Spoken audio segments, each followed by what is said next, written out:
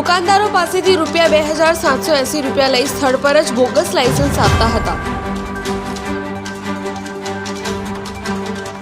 યુવતીઓ મનપા કર્મચારીઓના પહેરવેશ પહેરીને જ દુકાન પર આવતી હતી।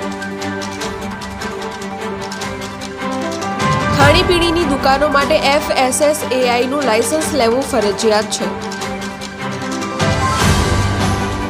લાયસન્સ આપવા છેતરતી ટોળકી ખાણીપીણીની દુકાનદારો પાસે જઈ